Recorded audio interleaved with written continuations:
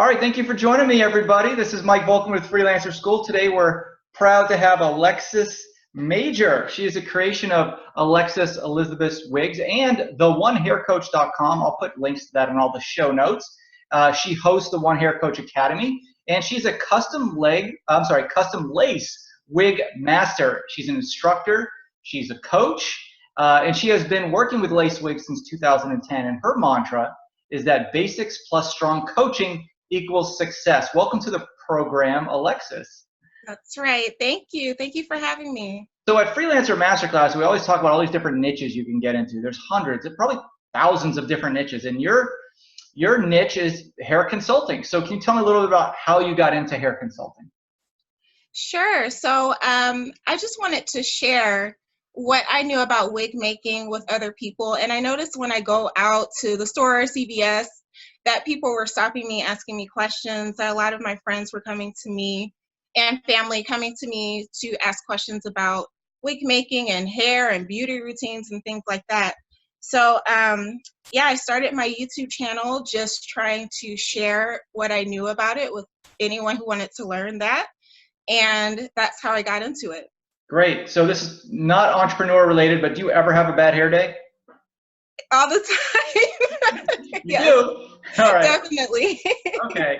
Well, what were your biggest pitfalls when you decided to become a hair consultant, right? So what were your biggest pitfalls when trying to grow your subscriber base and your audience? Definitely had some pitfalls. I think at each stage of growth, there are some different type of obstacles that you have to deal with, that you have to overcome. And so especially in the beauty industry where things are constantly changing, trends are constantly changing, the biggest pitfall is just trying to keep up and grow and move kind of with changing algorithms and things like that. Yeah. And so, you know, just trying to make sure that you're on top of what's new, and whatever might have worked to get your first 500 subscribers doesn't necessarily still work when you're trying to get to 1,000 subscribers. That's very true. Yeah, so just trying to keep up and try new things, and still keeping in mind the whole time that you need to be providing some substance to your audience, something that they value. Yeah, different struggles with every different level of growth. At Freelancer Masterclass, we have different cohorts, small groups basically that meet every week. And we were just talking about how freelancers' problems between 0 and 100,000 a year are so much different than those with 100,000 plus a year. Right. But your YouTube channel has like 10,000 plus subscribers. So what were your keys to success on YouTube? I'm definitely just being myself and sharing what I love so much, so it's easy for me to talk about. And then also the biggest thing is just consistency. So you just have to make sure that you're posting and you're, you know, providing some type of value to your audience. Another big thing is knowing who your audience is. You don't want it to be so broad. Like you said in the beginning, I'm in a very niche place in wig making and in the beauty industry. I don't try to cover everything there is. I pretty much stick to wig making and just showing what that whole process is about. Okay. So that definitely is key, just knowing who you're marketing to, who you're speaking to, so that you can speak the same language as your audience. Yeah, that's very true. And do you post daily? What's your schedule for new YouTube videos? Well, I am definitely still working on my YouTube. I'm trying to get to the next category of YouTuber, so I definitely need to work on my posting schedule. Right now it's going to be once or twice a month, and the videos on my YouTube channel definitely correspond to what's on the website. Okay. And so on the website each month I post a subject about wig making, and there's probably like 7 to 10 videos on each subject. So the YouTube channel definitely is corresponding to that at this point. Oh, great. Okay. Well, those freelancers that are listening that do have YouTube channels, listen to someone who's successful enough to have 10,000 subscribers and looking to grow it even more. Do you have any suggestions for our entrepreneurs and freelancers who are listening that would help them manage clients effectively? I mean, you are a busy person, right? By all means, a successful self-employed person. So how do you manage your clients? Do you have any tips for managing them effectively? Oh, I definitely do. The number one tip I can give about that is just to upfront set your hours, set what time it's going to take for them to get back to you with emails. Already have your expectations for your clients laid out. So one thing that I do is in all my email correspondence on the footer, I have my customer service days. And yes, I did say days. I don't do customer service every single day.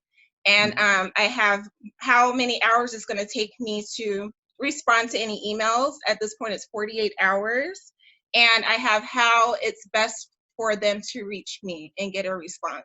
I love that. Clear communication expectations. Because right. I mentioned in one of my classes that if you don't, if you are a slave to your clients in terms of being responsive to emails, like let's say that the first month you respond to all their emails right away, and the second month you respond really fast, still like within the hour, but not nearly as fast. Even though you're responding really fast, your client sees it as a degradation of quality, right?